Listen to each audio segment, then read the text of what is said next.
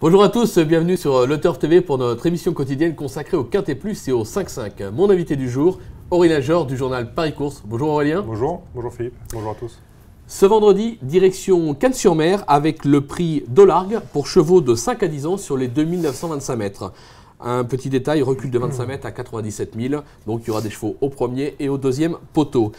Le sommaire, on commencera par l'analyse du Quintet Plus 5-5 par Aurélien, suivra la stat du jour, le rappel de pronostic d'Aurélien, sans oublier un petit ticket pour nos amis internautes pour jouer au 5-5. Aurélien, avant toute chose, bon, là, on est face à une course, un lot plus que modeste. On s'attendait au prix Rouquayrol qui avait quand même des chevaux de qualité. Peu de partants, 12 ou 13, 12 je crois. 12 partants. Ouais. Et puis bon, malheureusement, ça n'a pas pu être pris comme course événement. Donc on s'est rabattu sur cette épreuve-là, vraiment un tout petit lot. Probablement la raison pour laquelle vous n'avez pas hésité à mettre en tête le 9 Saint-Du-Dudi, un cheval en retard de gain. En retard de gain, il a été longtemps absent. Pour sa rentrée, le dernier coup, il s'est vite montré fautif dans les premiers mètres, c'est son défaut. Maintenant, s'il a été longtemps absent, il a des gains à prendre. S'il reste sage, surtout au départ, il doit jouer un premier rôle, l'engagement est superbe. Régis Métayer l'a affûté au travail, donc avec lui, il n'y a pas de rentrée, les chevaux sont prêts. Question de sagesse. S'il n'est pas trop, je serais vraiment déçu de ne pas le voir quand même lutter pour la victoire. Oui, s'il reste sage, de toute façon, ce sera premier ou sinon, ça sera nulle part. Je pense. On est d'accord. Derrière, alors, pareil, le numéro 6, Tempo de Carles, alors on connaît, c'est un cheval qui possède d'incontestables moyens. Maintenant, la régularité, c'est pas son fort. Il est bien engagé en tête. Bien engagé. Le dernier coup, ça s'est mal passé. Il a été pris de vitesse. Il est revenu bien finir. Il rendait les mètres. Là, il ne rend plus la distance. C'est un vrai cheval de tenue. L'engagement est bon en tête. Il peut faire du train, lui aussi. Il est capable de faire du train en tête. C'est une belle course pour lui. C'est une de ses belles courses de l'hiver, je pense. D'accord. Même chose pour le numéro 4, Toscan de Carrel. Toscan, c'est le même principe. Vrai cheval de tenue. Donc 2008 en tête, s'il fait sa course, lui aussi, il ira loin. On l'avait vu notamment gagner à Marseille-Borly sur 3000 mètres.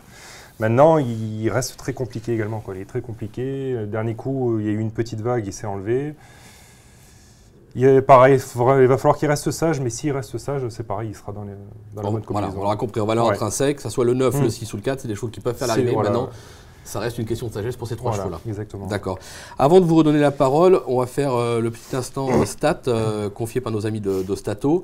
Le cheval de 8 ans, le plus riche, affiche 100% de réussite dans cette épreuve. Alors ça tombe bien, c'est le numéro 18, Reflet du Cœur. Et Reflet du Cœur, c'est votre quatrième dans le chrono. J'aime beaucoup Reflet du Cœur. Moi, je l'ai mis qu'en 4 parce qu'il rend 25 mètres. Mais cette course, c'est un objectif pour lui. C'est son objectif de l'hiver. C'est sa plus belle course du meeting. Son entourage le défaire des 4 pieds. C'est une première fois. Il l'a déjà fait sur l'herbe. Là, il le fait sur le sable. C'est une première. Et puis, il ne faut pas perdre de vue quand même que l'été dernier, à Marseille-Borly, il luttait avec un certain Reyes pour la victoire. Il était battu de peu ce jour-là. Bon. Reyes, depuis, a franchi des paliers et il reste sur 6 ou 7 victoires, il me semble. Mais il ne peut pas passer à côté de son objectif. Voilà. C'est déférer des 4. Il me plaît ce cheval. L'avant-dernier coup, c'était déjà bien. En dernier lieu, c'était un parcours de vitesse, c'est pas trop sa tasse de thé, donc il faut le reprendre. Il sera mieux ce parcours de thé. Oui, il faut le reprendre. D'ailleurs, on parlait de Reyes. On va rester avec Yannick Alain-Briand, puisque derrière, la seule femelle du lot que vous avez retenu, le 17 Roberta, entraînée par Yannick Alain-Briand. Alors maintenant, Reyes-Roberta. Rien à voir, c'est deux opposés. C'est pas les mêmes, voilà. C'est pas les mêmes, mais cette Roberta, elle est pleine de poids en ce moment. Yannick nous a confié qu'il comptait quand même beaucoup. Sa dernière sortie d'ailleurs excellente. Maintenant, elle ne peut pas leur tourner autour, mais si elle a réussi à se faire ramener, elle va finir vite et elle peut faire mal. Elle peut même gagner une telle course. D'accord. Derrière, alors, on a dit, une course des plus ouvertes, donc avantage aux chevaux qui vont s'élancer en tête. Vous avez placé le 2, Sol Invictus, l'As Ténor de Melray et le 5, Sire Leroy. Alors le 2, Sol Invictus. Sol Invictus, c'est la ligne de Roberta le 6 décembre. Sol Invictus, dans les mêmes conditions, partait en tête. Roberta lui rendait 25 mètres, ils étaient 2 et 3. Obligé sur cette ligne, on est obligé de le reprendre.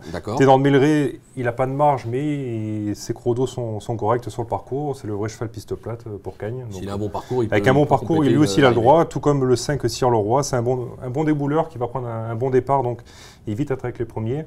Lui aussi, il va faire le petit parcours à la corde, il est plutôt pratique, c'est un cheval pratique. D'accord.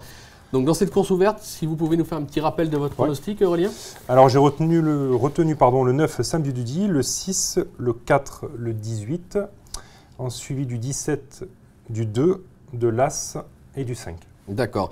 Donc, vous l'avez compris, vraiment une course, je le répète, parce que c'est une course des plus ouvertes, on peut avoir d'énormes surprises.